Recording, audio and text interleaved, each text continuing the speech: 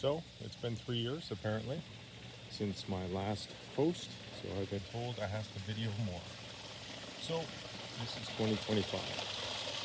This is my little pond sort of area here, overgrown, just the way I like it apparently. Waterfall there, coming down into a second area here. Nice little waterfall, little stream, and comes down into the whole sort of pond area. This is where I've done all the work. Some flagstone in here, little bridge here, and first pond. I should have hidden that particular pipe there. Doesn't look very nice. There's the barrel filter system, gravity system, and then the other two filters. I have all the plants on top, so that I put them in the pond, they get eaten. This bog filter works fantastic. Water comes up through the bottom, goes through all the stones, comes out here, as you can see, completely clear. There's all our fish there. And I'll sort of take you around a little bit. Sorry it's so shaky. I'll just go slow.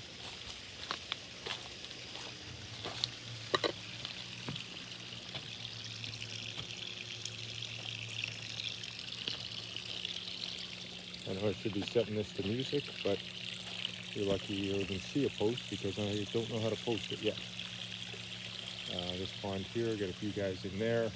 Unfortunately, I had to put the netting up because of the blue heron that has been attacking. There's my big fellers in there. And this year I've been working a little bit on more of my favorite fish, which are the butterfly koi. I'll show you them in a minute. Here's my aquarium project, pretty good. Once every couple weeks I got to get in there and clean it. So yeah, working well.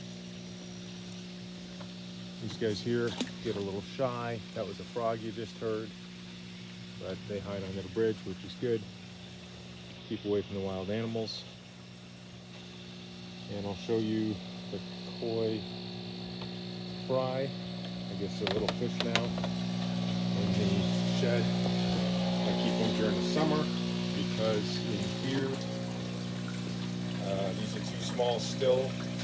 The big koi will still eat them, although pretty soon they should be good to go. I have a lot of air stones, a lot of air constantly coming in here, and still the same filter system.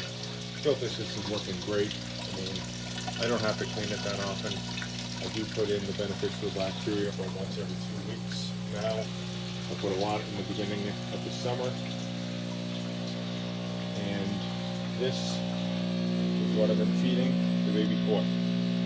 Just regular chicken eggs, obviously just the yolks for the protein.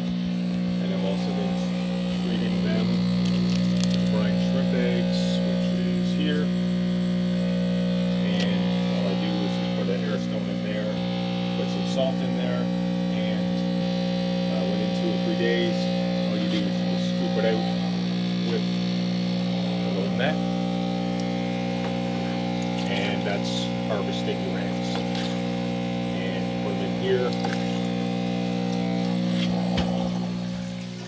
and the fish like them. So generally go pretty crazy for them. So that's kind of your update of what's going on. Minor from last year.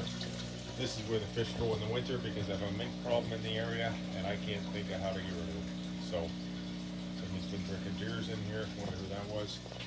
I took apart my other holding tank, so in here I'll have 1, 2, 3, and 4 holding tanks for the winter. I bring these guys in around the beginning of November, end of October, because that's when everything slows down and the fish become very lethargic and being cold-blooded. They are easy prey for the mink. which comes by and will literally take every fish in your pond, whether it can eat it or not. They just disappear. Haven't had a mink attack now in 3 years, but it's been a lot of work, quite frankly, bringing them in and keeping them warm for the winter. I did insulate this shed, and I built that addition over there just because I needed more room. And what I do is, there's my heater up there. I attach a barbecue propane tank to that. Might go to 10 of them in the winter. I put it right here on the floor, but of course I get all this stuff out of here, and I put down bricks so it's non-combustible, and I put tiles, loose tiles there, up against the side here, so that the whole area is non-combustible. And this is concrete shower wallboard, basically, and it will not burn. Same thing over there, and same thing up on top, to make sure that the heat does not touch any wood or get exposed to any wood at all. And then I put that fan on, and I try to keep it above 6 degrees is about the lowest. You could be higher, 6 to 12 degrees during the winter is fine.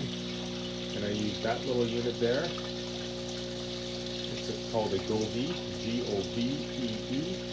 And that thing will send a note to my cell phone when it drops below 5 degrees. And then I come out here and I turn on my big heater. I also have other heaters around here somewhere, which I'll use for electricity, used by electricity, but generally I use the propane, and it's not on all the time.